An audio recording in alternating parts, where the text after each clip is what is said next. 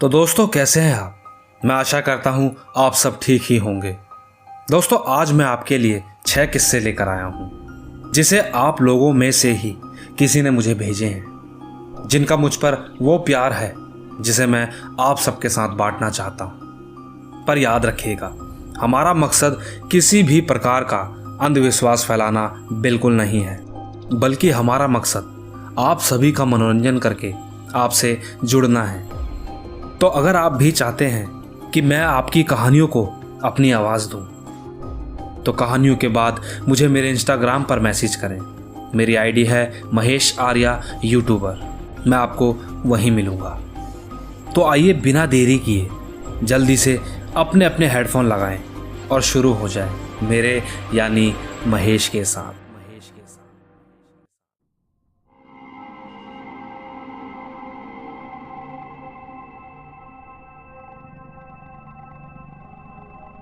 मेरा नाम हर्ष है। दोस्तों, बचपन का एक ऐसा किस्सा, हालांकि सबके पास होता है, जिसमें हंसी मजाक में ही सही पर उनके साथ छेड़छाड़ हुई होती है।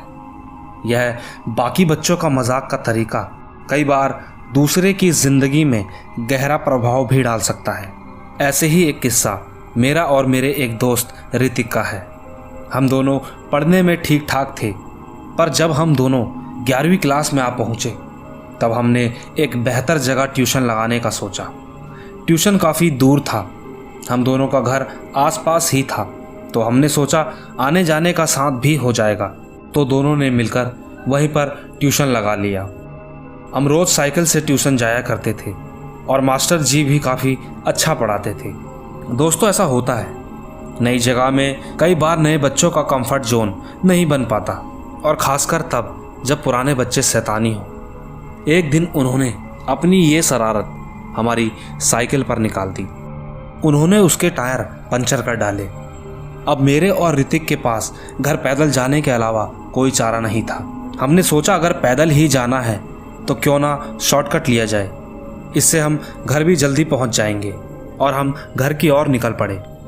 वैसे तो हमारा ट्यूशन शाम तक खत्म हो जाता था, पर उन दिनों सर्दियां होने के कारण सूरज जल्दी ढल जाया करता था। चलते चलते आधा रास्ता हम पार कर चुके थे।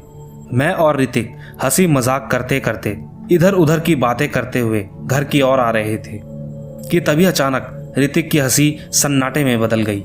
मैंने पूछा, क्या हुआ ऋतिक, एकदम से चुप क्यों हो गए? तो ऋतिक ने बिना कुछ बोले अपनी उंगली से आगे रोड की ओर इशारा किया।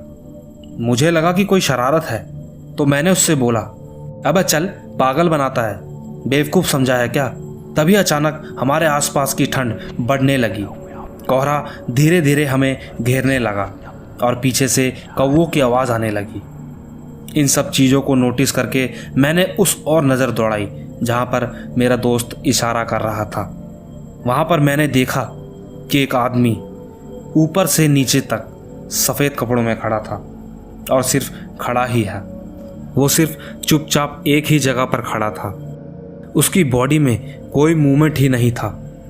मुझे लगा शायद ये कुछ और होगा। मैंने अपनी आंखें मली और फिर से देखा तो वो थोड़ा करीब आ चुका था।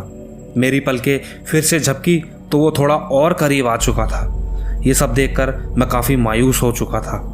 इतनी नेगेटिव फीलिंग मुझे पहले कभी नहीं हुई थी। हमें अपना दिल धड़कता हुआ सुनाई दे रहा था। पसीना तो ऐसे बह रहा था मानो जून की गर्मियां चल रही हो। आसपास की हवाएं कानों को छूकर गुजर रही थी, जैसे हमें कह रही हो कि अब तुम नहीं बच सकते। इन सब के बीच मेरे दोस्त ने मुझे हिलाया और बोला, तुरंत चलो यहाँ से। हम तेजी से चलने लगे। हमें उस आदमी से दूर जाना था। बस यही सोचकर चले जा रहे थे कि तभी हमने अचानक पीछे मुड़कर देखा तो पता चला कि वो आदमी अभी भी हमारे आसपास ही है। ऐसा लग रहा था मानो कि जैसे हम एक ही जगह पर बार बार गोल चक्कर लगा रहे हों। ध्यान से देखने पर हमें उस आदमी के हाथों पर एक लोहे की लंबी सी रॉड भी दिखाई दी, जिसमें से ताज़ा ताज़ा खून टपक रहा था। हम कुछ बोलने समझने की हालत में नहीं थे, पर इसके बाद वो आदमी तो हमें नहीं देख रहा था, पर उसके पैरों की आवाज़ ज़रूर आ रही थी। बस हम उसी डर में चले जा रहे थे। हमें ऐसा लग रहा था जैसे कि शायद यह हमारा आखिरी दिन हो। थोड़ी देर बाद हमने ध्यान दिया कि हमारा घर भी काफ़ी नज़दीक आ चुका है। फिर हम भागे और अपने अपने घर जाकर इस घटना के बारे में सोचने लगे। उस रात हम दोनों ही ठीक से नहीं सो पाए। जैसे ही आंख लगती तो उस आदमी का चेहरा हमारी आंखों के सामने आ जाता, बस सिर्फ इस खौफ में कि हमें वो मार डालेगा। अपने कमरे में बैठा मैं रोए जा रहा था कि तभी मेरी माँ मेरे पास आई और मैंने उन्हें सारी बात बताई। मेरी माँ मंदिर से हनुमान चालीसा की किताब लेकर आई और मुझे पढ़ने को बोला। मैंने पढ़ना शुरू किया और यकीन मानो मुझे थोड़ा अच्छा महसूस होने लगा। इसके बाद मैंने वो पूरी हनुमान चालीसा पढ़ डाली और उसके बाद मुझे उस रात सोने में दिक्कत नहीं हुई। और ये किस्सा ना तो कभी मैं भूल पाऊंगा और ना ही मेरा दोस्त। चलिए दोस्तों, अब हर्ष की ही भेजी हुई दूसरी कहानी सुनते हैं। दोस्तों, इस दुनिया में जीने के लिए इंसान को ना जाने कितनी मेहनत करनी पड़ती है और कितनी चीजें छोड़नी पड़ती है ताकि वह अपना आने वाला कल अपने बीते हुए कल से बेहतर बना सके। इस प्रकार कई लोगों को अपना आबाद गांव छोड़कर शहर में आना पड़ता है, पर हमारे दिल से हमारे गांव की मिट्टी छूट नहीं पाती। मेरा परिवार भी इसी तरह अपने गांव को छोड़कर शहर में अपना जीवन बिता रहा था, पर हमें जब भी मौका मिलता या गर्मियों की छुट्टियां होती तो हम अपने गांव आ जाया करते थे। मैं, मेरा भाई और मेरे माता पिता सभी को गांव शहर से ज़्यादा प्यारा था। दोस्तों, एक बार की छुट्टियों में जब हम अपने गांव आकर नेचर का आनंद उठा रहे थे, उस समय हमने ये नहीं सोचा था कि ये ट्रिप काफ़ी भयानक यादगार हो जाएगी। वैसे हमारे गांव का घर काफ़ी सुंदर और बड़ा है। सुबह सुबह चिड़ियों की चहकने की आवाज़ और सूरज की भीनी भीनी रोशनी आती है। एक दो दिन हमने काफ़ी मज़े लिए और आस पड़ोस में मिठाइयाँ बांटी जो हम शहर से लाए थे। 2 घर छोड़ने के बाद हमारे यहाँ एक बड़ी सी हवेली है जहाँ एक बूढ़ी अम्मा रहती थी, पर उस वक्त वहाँ पर ताला लगा हुआ था।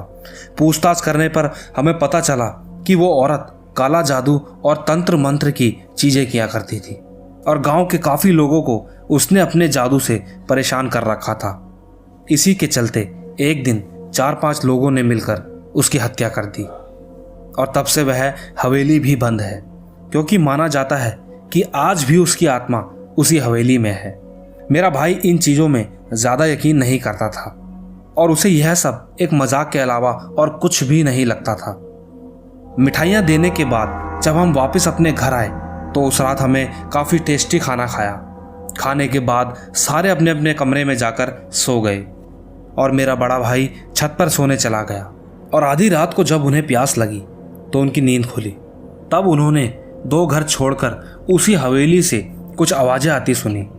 ध्यान से देखने पर उन्हें उस छत पर वही बूढ़ी औरत दिखाई थी जिसके बारे में आज गांव वाले बता रहे थे। उस औरत ने काले रंग की साड़ी पहनी हुई थी और घूंघट के नीचे से यकीन मानो उसकी लंबी सी नाक साफ दिखाई दे रही थी। पर वो अकेली नहीं थी, उसके साथ 4-5 औरतें उसके इर्द गिर्द चक्कर लगा रही थी। दिखने में ऐसा लग रहा था जैसे वो उन औरतों के साथ कोई जादू टोना कर रही हो। पर मेरे भैया को कुछ समझ नहीं आ रहा था कि आखिर उनकी आंखों के सामने ये क्या हो रहा है। एक औरत जो गांव वालों की नज़रों में मर चुकी है, उन्हें कैसे दिख सकती है। वो ये सब सोच ही रहे थे कि तभी एकदम से पूरे गांव की बिजली चली गई। बादलों के गरजने की आवाज़ कानों में सुई की तरह चुभ रही थी और इन सब शोर के बीच में भैया के कानों में कोई फुसफुसाया कि तूने हमें देखकर ठीक नहीं किया। दोस्तों, उस वक्त मेरे भैया काफ़ी घबरा गए। उनका गला किसी रेगिस्तान की तरह सूख गया था, बदन तपना शुरू हुआ और वो छत से नीचे बचाओ बचाओ चिल्लाते हुए आ रहे थे।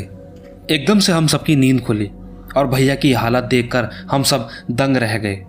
उनका पूरा मुंह लाल था, उनका हाफना बंद नहीं हो रहा था। दोस्तों, गांव में अक्सर ऐसी आत्माएं इंसान के शरीर पर हावी हो जाती हैं। शुक्र है मेरी दादी एक ओझा को जानती थी जो इन सब चीज़ों में माहिर थे। दादी ने ओझा को बुलाया और उस ओझा ने मेरे भाई को एक ताबीज़ दिया। ओझा ने हमें बताया कि वो बुढ़िया की आत्मा इसके ऊपर हावी होना चाहती है और इसकी बलि देकर इस दुनिया में वापस आना चाहती है। आप सभी की भलाई इसी में होगी कि आप सभी ये गांव छोड़कर चले जाएं और यहाँ पर वापस ना आए। दोस्तों, तब से लेकर आज तक मेरा भाई वापस हमारे गांव कभी नहीं आया। आइए दोस्तों, अपनी तीसरी कहानी की ओर बढ़ते हैं। दोस्तों, ट्रेन का सफ़र इतना रोमांचक और एक्साइटिंग होता है जिससे हम सब लोगों की कुछ ना कुछ यादें जुड़ी होती हैं। ट्रेन में अलग अलग तरह के लोग मिलते हैं, कुछ से हमारी बातें भी हो जाती हैं, जिसकी वजह से हमारा सफ़र भी कट जाता है। ट्रेन से बाहर देखने पर नज़ारे इतने लुभावनी लगते हैं और टीटी जब टिकट चेक करने आता है तो उसके मुंह से टिकट टिकट की आवाज़ एक सुरीले गाने की तरह लगती है। दोस्तों, आज का ये किस्सा भी एक टीटी का है। आइए सुनते हैं। नमस्कार दोस्तों, मेरा नाम अभिषेक है और मैं सिलीगुड़ी वेस्ट बंगाल में रहता हूँ। ये जो कहानी मैं आपको बता रहा हूँ यह मेरे दादाजी के भाई के साथ घटी थी। ये बात करीबन 1989 की होगी, जब मेरे दादाजी के भाई की साहिबगंज स्टेशन में नौकरी लगी थी। उन्हें वहाँ पर एक स्टेशन मास्टर पोस्ट किए गए थे। गवर्नमेंट जॉब की खुशी किसे नहीं होती, मगर घर से दूर जाने का हल्का सा गम भी था उन्हें। पोस्टिंग होने के तुरंत बाद ही वह साहिबगंज की ओर निकल पड़े। उनका सफ़र ठीक ठाक गुजरा और जिस दिन वह साहिबगंज के स्टेशन पहुँचे तो बाकी वर्कर्स ने उनका काफ़ी अच्छे से स्वागत किया, मगर उन्हें यह खबर नहीं थी कि वर्कर्स के अलावा और कोई भी था जो उनका स्वागत करने वाला था। लंबे सफ़र से स्टेशन मास्टर जी काफ़ी थक चुके थे। उन्होंने अपने वर्कर्स को बोला कि मुझे स्टाफ क्वार्टर दिखा दो ताकि मैं थोड़ा आराम कर सकूं। उस समय पर शेयरिंग बाथरूम हुआ करते थे। क्वार्टर के सारे वर्कर्स एक ही बाथरूम इस्तेमाल किया करते थे। रूम में पहुंचने के बाद मास्टर जी नहा धोकर तैयार हुए और उस दिन सारा वक्त काम समझने में लगाया। इसके बाद रात को खाना खाकर चुपचाप सोने चले गए। आधी रात को जब मास्टर जी को वॉशरूम जाना था तो वह उसी क्वार्टर के पास वाले टॉयलेट में गए। दोस्तों, उस समय लाइट उतनी नहीं हुआ करती थी और जहाँ पर लाइट होती भी थी तो बिजली की परेशानियाँ रहती थी। मास्टर जी ने अपनी लालटेन जलाई और टॉयलेट चले गए। उन्हें करीबन 1 मिनट ही हुआ होगा कि तभी अचानक से कुछ आवाज़ों ने उनका ध्यान अपनी ओर आकर्षित करा। पास ही रखी लालटेन भी जब बुझने लगी तब मास्टर जी ने सोचा कि बिना हवा के यह कैसे मुमकिन है और यह आवाज़ भी लगातार क्यों आ रही है। टॉयलेट की छत से जब एक पसीने की बूंद नीचे आकर टपकी तब मास्टर जी ने ऊपर की ओर देखा और देखते ही रह गए। उन्होंने देखा कि एक डायन उल्टी लटकी हुई है जिसके बाल उसके मुंह पर आ रहे थे। उसके बालों के बीच में से उसकी आंखें एकदम लाल चमकती नजर आ रही थी, बिल्कुल वैसे जैसे रात को बिल्लियों की आंखें चमकती हैं। ये दृश्य देखकर मास्टर जी दंग रह गए। उन्हें अपनी आंखों देखी पर विश्वास नहीं हो रहा था। उस समय मास्टर जी ने वहां से भागना ही बेहतर समझा। अगले दिन जब उन्होंने ये बात अपने साथियों को बताई तो उन्होंने कहा कि हाँ, वहाँ एक चुड़ैल का साया है जो कि ट्रेन की पटरी पर कट के मर गई थी। दिन के वक्त वह दिखाई नहीं देती, मगर अक्सर रात को ऐसे ही दस्तक देती है। वो अपने होने का एहसास कराती है।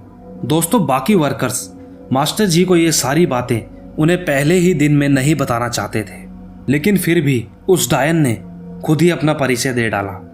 उसके बाद एक वर्कर ने कहा कि हम में से कोई भी उस टॉयलेट में रात को नहीं जाता, तो आप भी आइंदा से ध्यान रखिएगा। दोस्तों, फिर क्या था, मास्टर जी ने सोच लिया था कि जानबूझकर अपने जान खतरे में डालने से अच्छा है कि उस चीज़ का सम्मान करते हुए उससे दूर रहा जाए।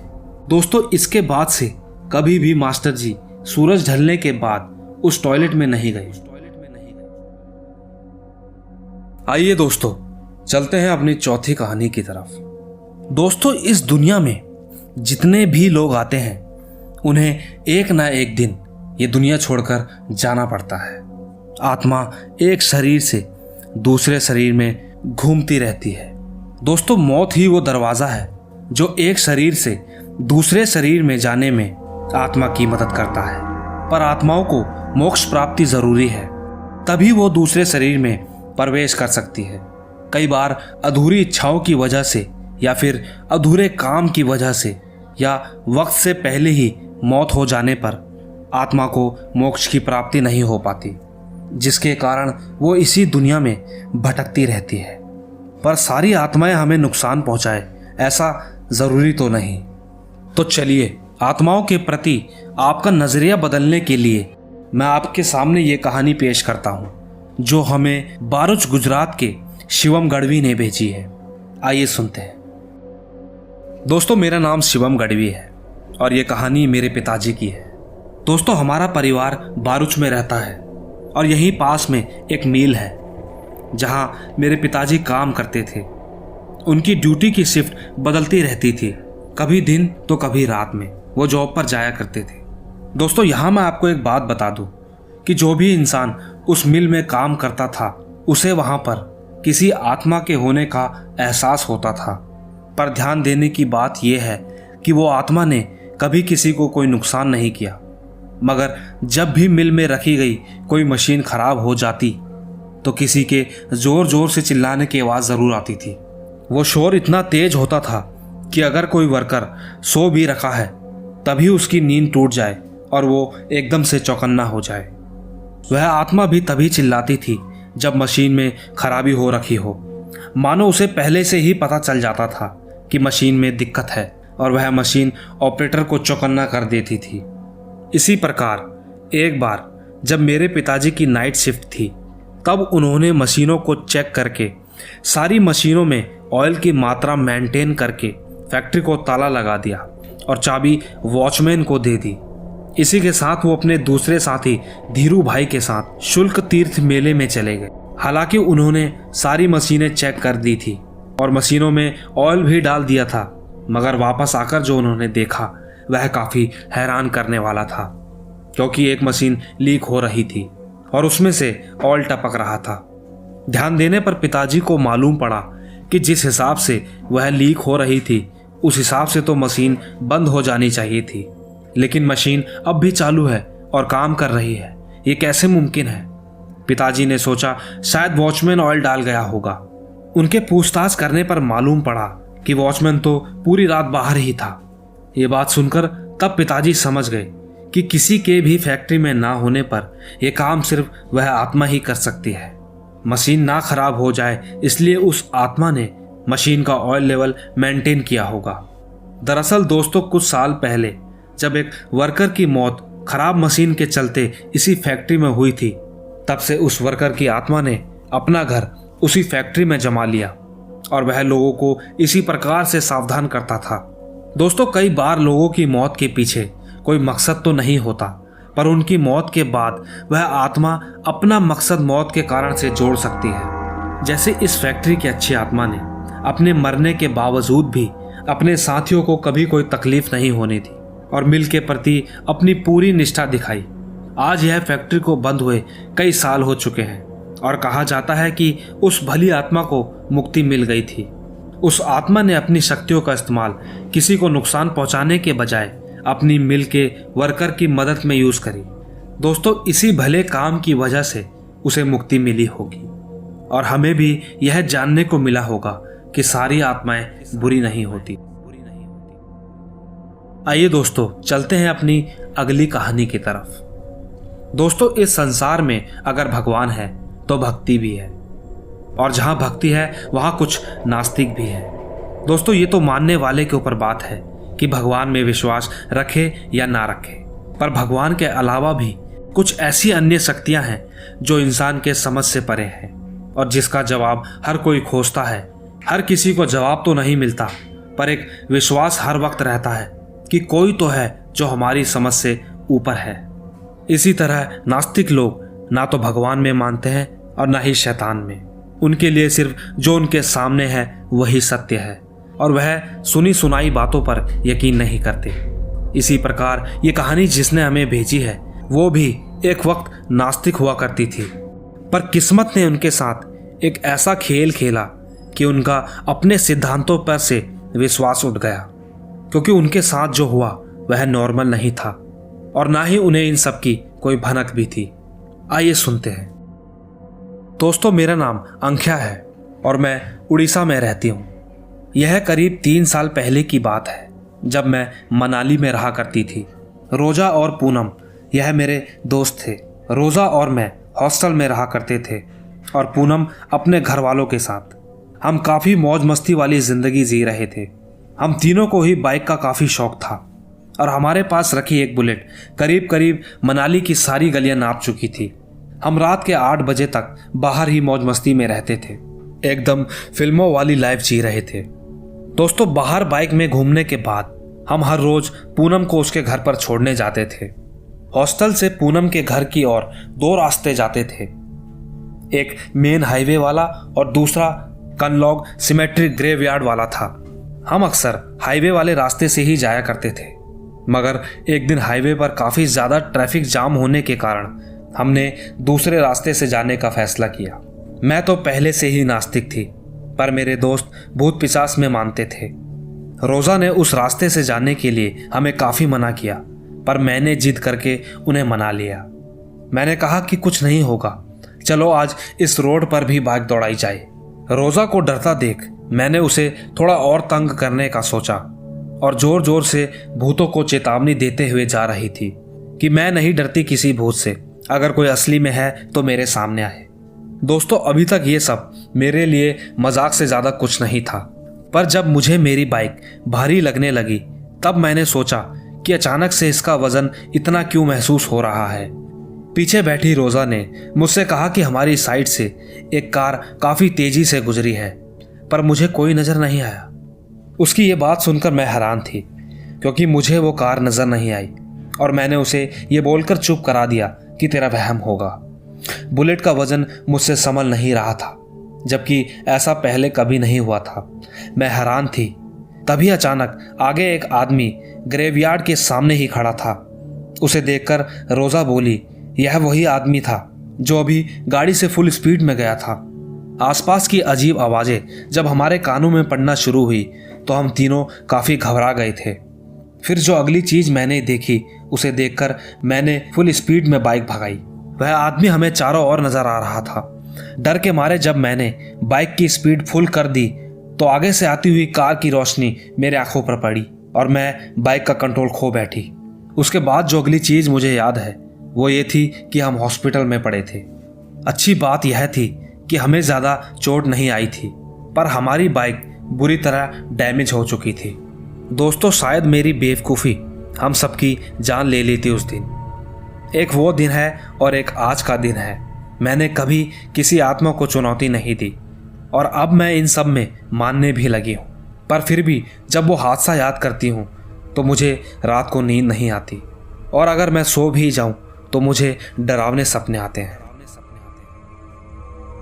तो दोस्तों, इसी के साथ अब वक्त हो चुका है हमारी आज की आखिरी कहानी का, जो कि हमें उड़ीसा से देवाशीष ने भेजी है। आइए सुनते हैं।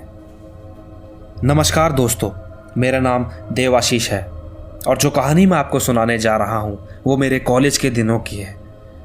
दोस्तों, उस समय मेरे सेकेंड ईयर के एग्ज़ाम चल रहे थे और अच्छे मार्क्स लाने के लिए मैं देर रात तक पढ़ाई किया करता था।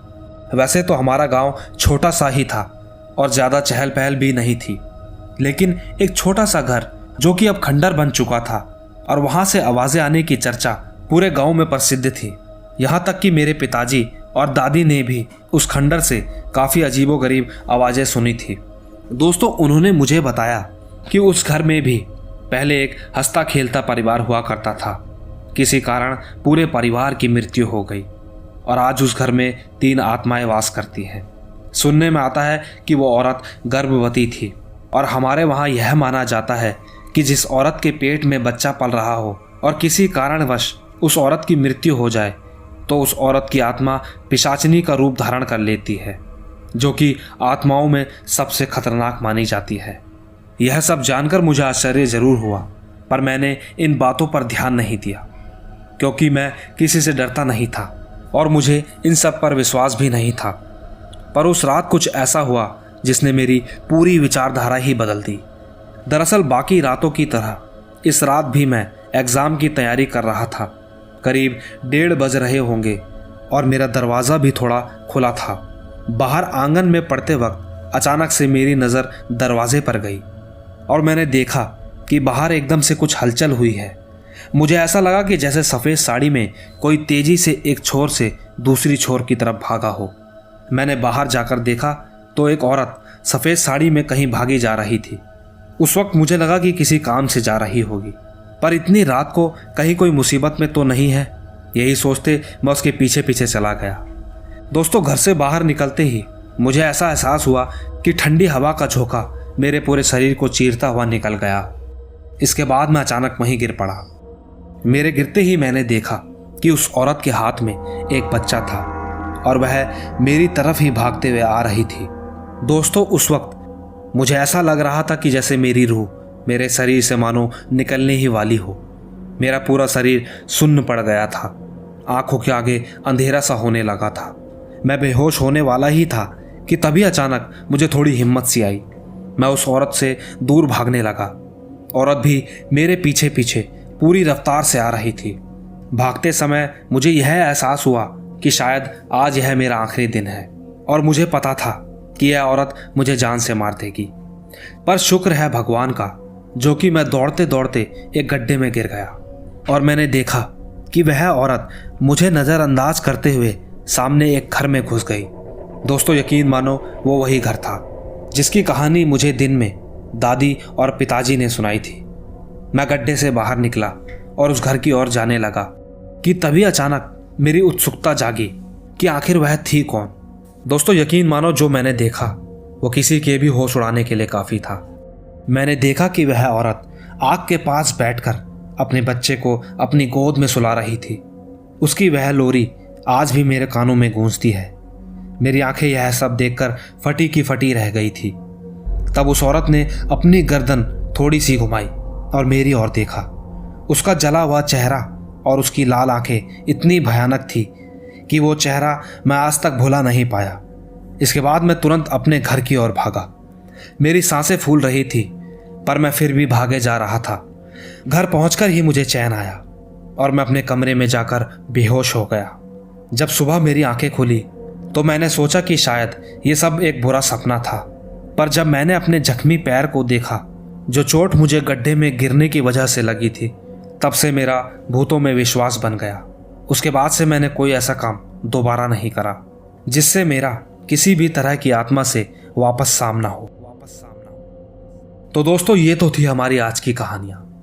दोस्तों, अगर कहानियाँ आपको पसंद आई हो तो इसे लाइक, शेयर और कमेंट ज़रूर करें और हमेशा याद रखें कि आपका प्यार ही हमारा त्योहार है। Bye bye.